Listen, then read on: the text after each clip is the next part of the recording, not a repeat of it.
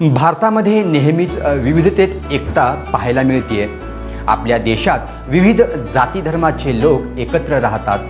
प्रत्येक धर्माचे एक खास वैशिष्ट्य आहे। शिवाय प्रत्येक धर्मात विविध सण साजरे केले जातात। या प्रत्येक सणामागे एक धार्मिक आणि आध्यात्मिक महत्त्व दडलेले आहे। देशातील प्रत्येक व्यक्ती आपल्या धर्मावर प्रेम आणि दुसऱ्या धर्माचा आदर करताना दिसून येतो।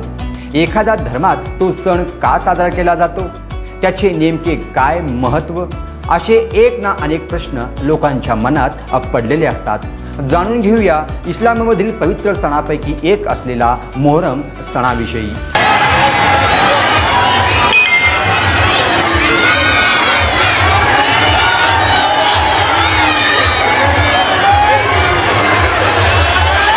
नमस्कार, मी अर्जुन चव्हाण, कॅमेरामन अब्दुल शेख। आपण पाहताय लोकप्रधान न्यूज सोलापूर।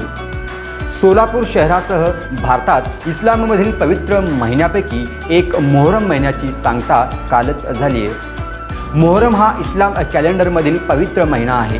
हा महिना मुस्लिम बांधवांसाठी अत्यंत महत्त्वाचा आहे। इस्लाम धर्माचे प्रेषित हजरत मोहम्मद पैगंबर यांचे दोन नातू होते।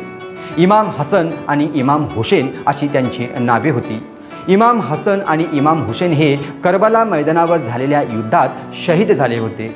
हे युद्ध मोहरम महिन्याच्या पहिल्याच आठवड्यात झाले होते। त्यामुळे या महिन्यात पहिल्या आठवड्यात हे शोक प्रदर्शन केलं जातं।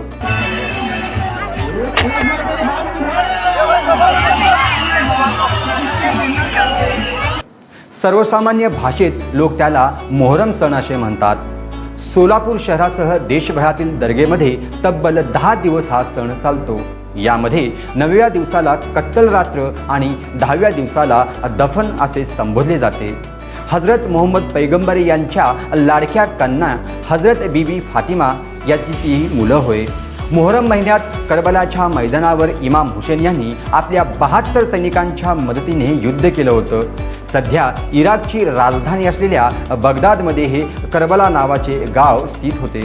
हे युद्ध त्यांनी आपला भाऊ इमाम हसन यांच्या दगाबाजीत झालेल्या मृत्यूचा बदला घेण्यासाठी केलं होतं। मात्र एकतर्फी झालेल्या या युद्धात ते आपल्या 72 साथीदारांसोबत शहीद झाले होते। त्यामुळेच हा महिना शोक प्रदर्शनाचा महिना म्हटला जातो। या युद्धाला तारीख हे इस्लाम असे देखील संबोधले जाते। त्या काळात इस्लामच्या प्रथेनुसार धर्माचा प्रमुख निवडण्याची एक पद्धत होती। इस्लामच्या प्रमुखाला खलिफा असे संबोधले जात होते। इस्लामचे सर्वात लोकप्रिय प्रेषित हजरत मोहम्मद पैगंबर यांच्यानंतर इस्लाम धर्मात तब्बल 4 खलिफा झाले आहे। 5वे खलिफा आमिर मुआविया हे होते। आमिर मुआविया यांच्या निधनानंतर त्यांचा पुत्र असलेल्या याजिदने स्वतःला खलिफा घोषित केलं। परंतु इस्लाम धर्मात स्वतःला खलिफा म्हणजेच प्रमुख ठरविण्याचा नियम स्थित नव्हता। शिवाय यजीद हा अत्यंत क्रूर व्यक्ती होता। त्यामुळेच त्याला खलिफा मान्य करणे कोणत्याच व्यक्तीला शक्य नव्हते। मात्र हजरत मोहम्मद यांचे नातू असणाऱ्या इमाम हसन हुसेन यांच्याकडून त्यांना मान्यता हवी होती। शिवाय लोकांची मर्जी मिळवण्यास त्यांची मदत हवी होती। मात्र हसन हुसेन यांनी त्याला नकार दिला। त्यामुळेच क्रूर यजीदने आपल्या विरोधात मत जाहीर करणाऱ्यांची डोकेधडापासून वेगळे करण्याचा आदेश आपल्या सैनिकांना दिला होता।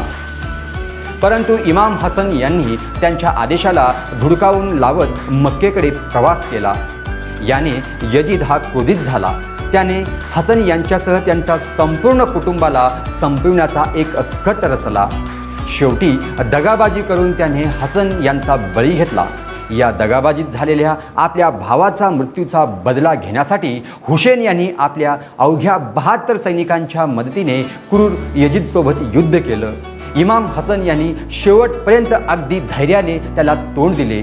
शेवटी संख्याबळ कमी असल्याने यजीदने त्यांचाही बळी घेतला। हे युद्ध करबलाच्या मैदानावर झालं होतं। हजरत हसन हुसेन हे लोकांच्या चांगल्यासाठी लढता लढता शहीद झाले होते। त्यामुळेच मोहरमचा हा महिना शोक व्यक्त करण्याचा महिना म्हणून ओळखला जातो। मित्रहो, असेही म्हटलं जातात की हसन हुसेन यांची पृथ्वी तलावावर जन्म घेतला नसता तर मुस्लिम समुदाय हा संकटात सापडला असता. मित्रांनो, आपल्या देवदेवतांनी हुतात्म्यांची रक्ताची आहुती देत समाजात सर्वधर्म समभावाचा संदेश दिला आहे. मात्र आजची तरुण पिढीही भरकटत चाललेली आहे. आपल्या हुतात्म्यांचे योगदान ते विसरत आहेत. नको ती जल्लोष करण्यात तरुणाई व्यस्त आहे. धर्म कोणताही असो, हिंदू या मुस्लिम, सर्व धर्मीयांचे आदर करणे ही आपल्या हुतात्म्यांनी दिलेली शिकवण आहे. हे आजच्या तरुणाईने विसरता कामा नये. हा व्हिडिओ आपल्याला कसा वाटला ते आम्हाला कमेंटमध्ये कमेंट करून नक्की कळवा. ताज्या घडामोडी जाणून घेण्यासाठी पाहत रहा लोकप्रधान न्यूज सोलापूर.